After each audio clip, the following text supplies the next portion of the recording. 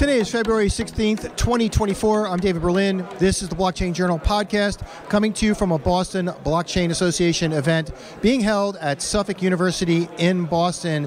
And standing with me is Tanya-Elisa, who is with Baseley & Partners. Looking at her badge here, but it's a lot to say because I had a hard time pronouncing her name. But Tanya, thanks very much for joining us here on the Blockchain Journal podcast. Thank you so much, David.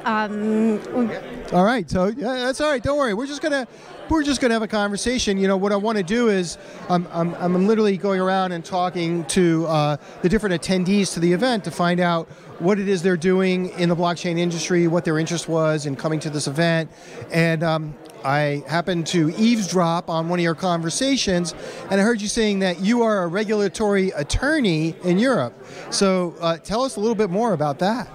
I'm dealing with regulatory issues in Europe with classification of different financial promises which blockchain companies issue towards their audience, and with obtaining licenses in different countries to comply with MiCA. Okay, so MiCA or MiCA, I think I hear it pronounced in multiple different ways. That is the overarching regulation that so far has been established in the European Union, and so you are now. Are you, when you do this work that you're doing it on behalf of other companies that have to comply with those regulations? Right. I'm doing it on behalf of blockchain companies which promise something outside of technology, which promise some financial things to audience, like, for example, some earnings on investments to decentralized autonomous organizations or different things like this. And so you have to stay very on top of what's happening, particularly given the changing landscape of all the regulation. Are these companies only operating in one country, or are they operating across all of Europe?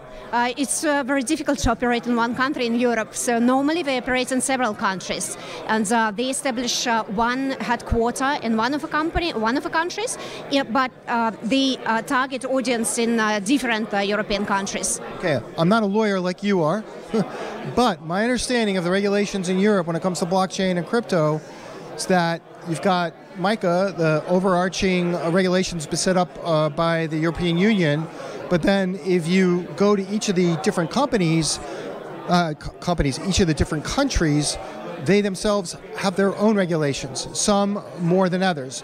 An example of that might be you have different laws in the UK regarding crypto than you have in Germany or Luxembourg, Switzerland. Some countries are a little more pro-crypto than others. Meanwhile, you still have this MiCA thing in the background. So how does that work? You're absolutely right, and I think MiCA will simplify this, because before MiCA we had the situation when in one country it was completely gray area. For example, in Czech Republic. In Czech Republic, you can do... That's where you're based? Yes. Okay. You can do most of the things with crypto without licensing, and only things which are classified as investment things you shall obtain license. But there are countries like, for example, Germany, which allowed particular things, but regulated by BaFin, the regulatory body, separate things, like, for example, custodian things, and you had to navigate all this difficult landscape. And MiCA just simplify this, and MiCA would allow you to get license in one country and to operate based on this license in several countries. So you don't need just to create some different regulatory approaches in different countries. You need to create one strategy. Oh, so I was under the impression that if a country had its own laws around crypto or blockchain, that those laws would take precedence over the MiCA laws. Are you saying it's the other way around? MiCA takes precedence over the national jurisdictions? Not really like this. MiCA will cover all these questions which were governed by national law. So MiCA will be much wider than national law before. So MiCA will be bad for companies which operated within gray area and hoped just to stay there, but it will be good for companies which wanted to comply and wanted to unify everything. Right, so that's interesting. That's new to me, and that's very interesting. How do you view, you're in Europe working on crypto and blockchain. I can speak for a lot of people here in the U.S., and one of the major concerns is that the blockchain train is leaving the station, and you've got a lot of very pro-crypto countries or pro-blockchain countries in the European Union and elsewhere in the world, for example, India, Singapore, and they're moving forward. And so when somebody in the U.S. sees that, one of the concerns is that the U.S. is going to get left behind while all these other countries move forward. They're getting all of their, they're just getting everything in place that needs to be in place from a regulatory point of view so that there's some regulatory certainty for all the different companies that want to set up business.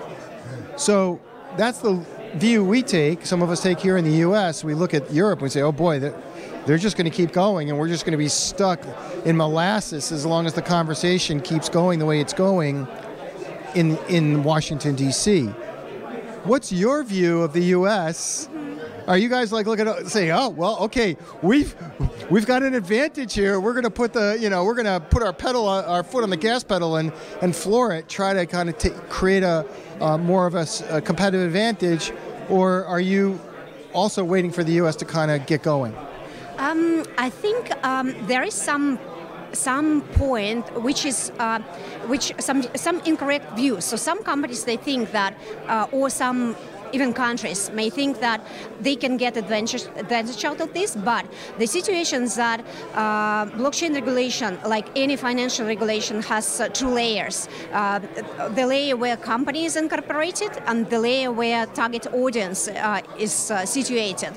So even if let's say Switzerland or Liechtenstein will get more companies to incorporate their headquarters there, they will not be able to get all the profits into their country, because to enter US market, companies anyway will need to comply with US regulation and so on because of this second layer.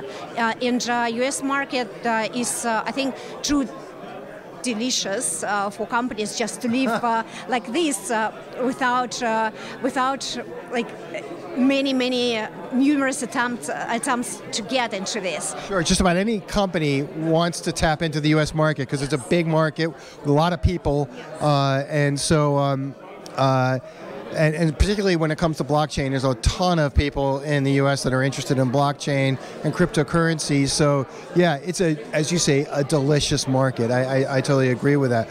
Well, Tanya, thank you very much for joining us on the Blockchain Journal podcast. I wish you the best of luck while you're here in Boston, and hopefully those companies that are that you're consulting with in Europe appreciate your understanding of the whole regulatory landscape.